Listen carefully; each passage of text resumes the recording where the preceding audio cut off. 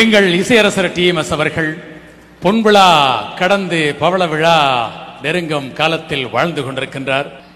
அவரை இத்தனை 1000 மைல்கள் கடந்து அழைத்து வந்திருக்கின்றோமே, அவரை சிரமப்படுத்தக்கூடாது, கொஞ்சம் அவருக்கு ஓய்வு கொடுத்து அவர் முன்னிலையில் இந்த பாடல்கள் ஒலிக்க, அவருடைய பிள்ளைகள் பாட, எங்கள் இசையரசி பாட அவரும் சேர்ந்து ரசிக்க வேண்டும் என்று விரும்பினாலும் கூட அந்த மார்க்கண்டேயர் இல்லை.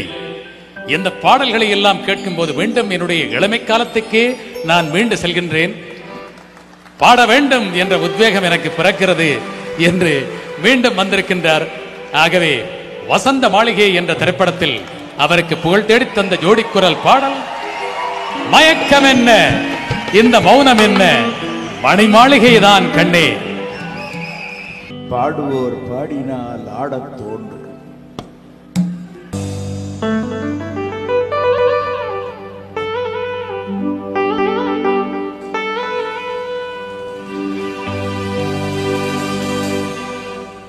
மயக்கம் என்ன,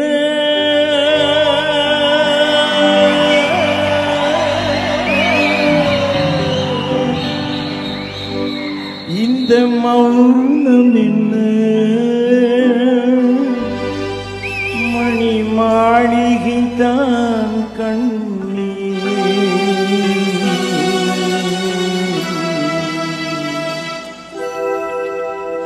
மயக்கம் என்ன, இந்த மௌனம் என்ன, மணி மாளிகை தான் கண்ணே. தயக்கம் என்ன, இந்த சலனம் என்ன, அன்பு காணிக்கின்றான் கண்ணே. கற்பனையில் வரும் கதைகளிலே நான் கேட்டதுண்டு கண்ணா, என் காதலுக்கே வரும் காணிக்கை என்று நினைத்ததில்லை கண்ணா.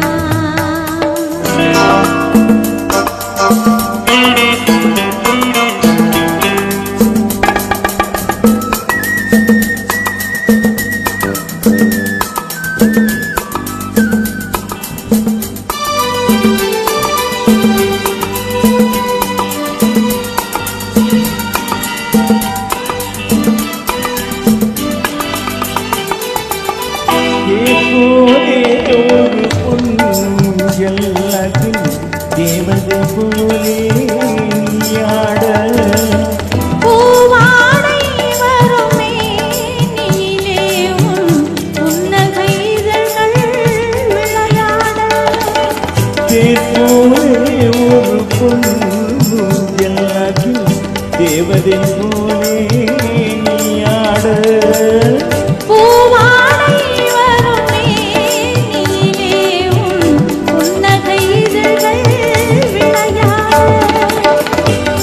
காலம் என விரிந்த கூந்தல் கண்ணத்தின் மீதே கோலமிட, கைவளையும் மைவிழியும் கட்டி அணைத்து கவி பாட.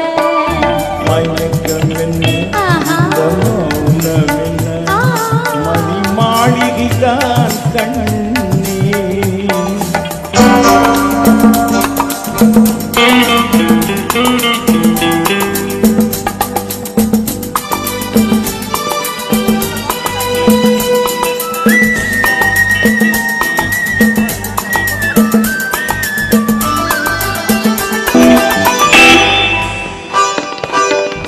அன்னத்தை தொட்ட கைகளினால் மது கிண்ணத்தை இனி நான் தொடமாட்டேன்.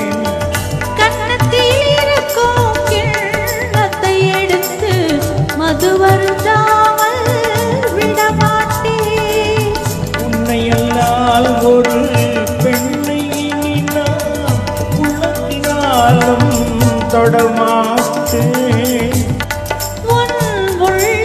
இருப்பது என்னிடமே, அதை உயிர் போனாலும் தரமாட்டேன். மயக்கம் ஆஹா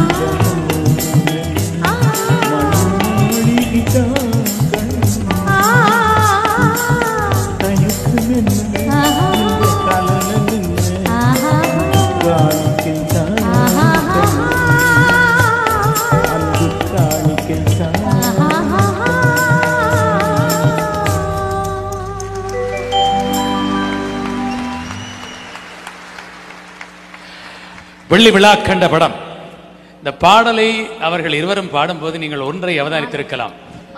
TMS அவர்களின் முகத்தில் எவ்வளவு பாவம், நடிப்பு, குரலில் மட்டுமல்ல முகத்திலே. பி. சுஷீலா அவர்களும் கூட அந்த பாடலை ரசித்து முகத்திலே ஒரு கதாநாயகி போல். உண்மையில் இந்த பின்னணி பாடகர்கள் தங்கள் குரலில் எத்தனை கற்பனை செய்து பாவத்தை வெளிப்படுத்த நடிக்கின்றார்களோ, பிறகுதான் நடிகரும் நடிகையும் அதனை உணர்ந்து நடிக்கின்றார்கள்.